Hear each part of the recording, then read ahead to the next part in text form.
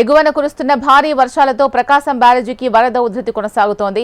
దీంతో అధికారులు 2,54,000 క్యూసెక్కుల నీటిని 35 గేట్లు ఎత్తి దిగువకు విడుదల చేశారు. నీటి ప్రవాహం పెరగడంతో లోతట్టు ప్రాంతాల ప్రజలను అధికారులు అప్రమత్తం చేశారు. ఇప్పటికే కలెక్టర్ లక్ష్మి అక్కడున్న ప్రస్తుత పరిస్థితిని సమీక్షిస్తున్నారు.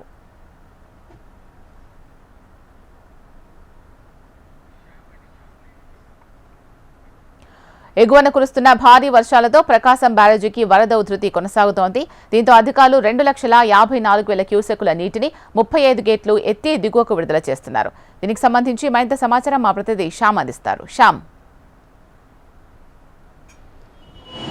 Good morning Sheela. ఈరోజు చూసుకుంటే ఎగువన కురుస్తున్న భారీ వర్షాలకు కృష్ణా నదికి వరదలు పోటెత్తింది. ఈరోజు ఉదయం నుంచి కూడా ప్రకాశం బ్యారేజీకి జలకల వచ్చింది. అంటే ఇక్కడ చూసుకున్నట్టయితే ఎగువన ఉన్న శ్రీశైలము, నాగార్జున సాగర్ నుంచి కూడా నీటిని విడుదల చేయటంతో పులిచింతల ప్రాజెక్టుకి నిండు నీటి కుండలా తయారైంది. దీంతో పులిచింతల నుంచి కూడా నీటిని దిగువ విడుదల చేశారు. పులిచింతల తర్వాత నేరుగా నీరంతా కూడా ప్రకాశం బ్యారేజీకి చేరుతుంది. ప్రకాశం బ్యారేజీ ఆనకట్ట నుంచి కూడా ఇక్కడ వదిలే ప్రతి నీటి చుక్క కూడా సముద్రంలోకి వృధాగా పోద్ది. అయినప్పటికీ కూడా అందుకని ఇటీవల కాలంలో చూసుకున్నట్టయితే పోలవరం కూడా కట్టన్నారు. ఈ ప్రస్తుతం చూసుకుంటే ప్రకాశం బ్యారేజీకి మొత్తం 70 గేట్ల నుంచి కూడా నీటిని దిగువ విడుదల చేస్తున్నారు. ప్రధానంగా చూసుకుంటే 37 గేట్ల నుంచి కూడా మొత్తం 5 అడుగులు ఎత్తారు. అలాగే మరో 35 గేట్లను 6 అడుగులు ఎత్తారు.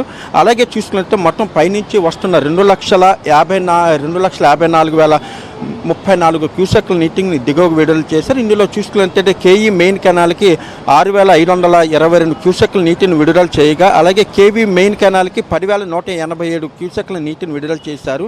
అలాగే ఇతర కెనాల్స్కి 16,909 క్యూసెక్ల నీటిని విడుదల చేస్తున్నారు. అంటే ఎగువ నుంచి వచ్చే పూర్తిగా 2,54,000 క్యూసెక్లను కూడా పూర్తిగా దిగువకి విడుదల చేస్తూనే ఉన్నారు. ఎందుకంటే ఇప్పటికే ప్రకాశం బ్యారేజీ వద్ద మొత్తం 12 అడుగుల నీటి ఎత్తుని మెయింటైన్ చేస్తున్నారు. అంతకు మించి కూడా ఎత్తు కనుక ఉన్నట్లయితే కూడా ఆ లోతట్టు ప్రాంతాలు మునిగే అవకాశం ఉంది. ఈ నేపథ్యంలోనే మొత్తం పైనుంచి వస్తున్న మొత్తం నీటిని కూడా ప్రకాశం బ్యారేజీ దిగువకి విడుదల చేస్తున్నారు.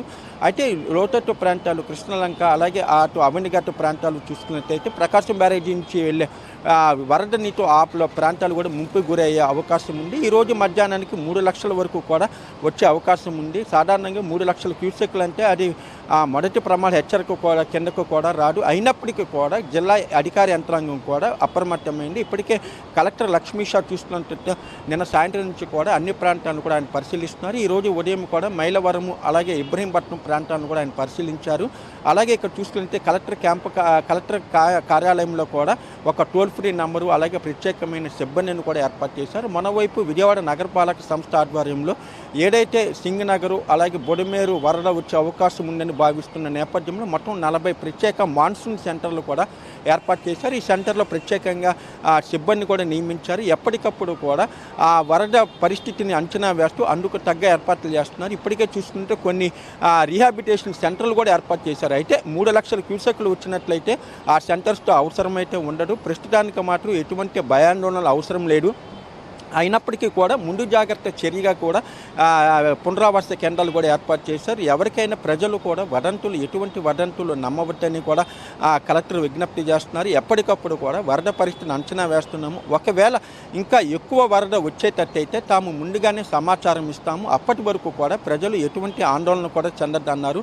గత ఏడాది చూసుకున్నట్లయితే బుడమేరు కట్ట తెగి అక్కడ చూసుకున్నట్లయితే చాలా పెద్ద ఎత్తున నీరు ప్రకాశం బ్యారేజీకి రావటం, దాదాపు 12 లక్షల క్యూసెక్కుల వరకు కూడా ప్రకాశం బ్యారేజీ చేరుకుంది. ఆ సమయంలో చూసుకున్నట్లయితే సింగనగర్ కొన్ని ప్రాంతాలు, దాదాపు విజయవాడలో సగం ప్రాంతాలు కూడా నీట మునిగాయి.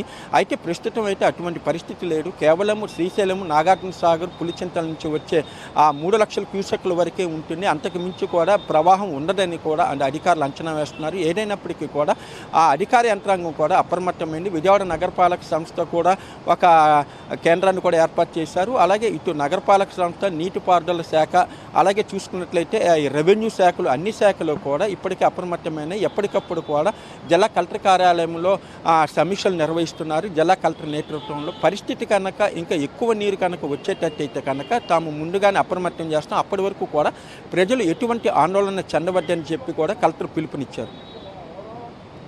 Thank you Shyam.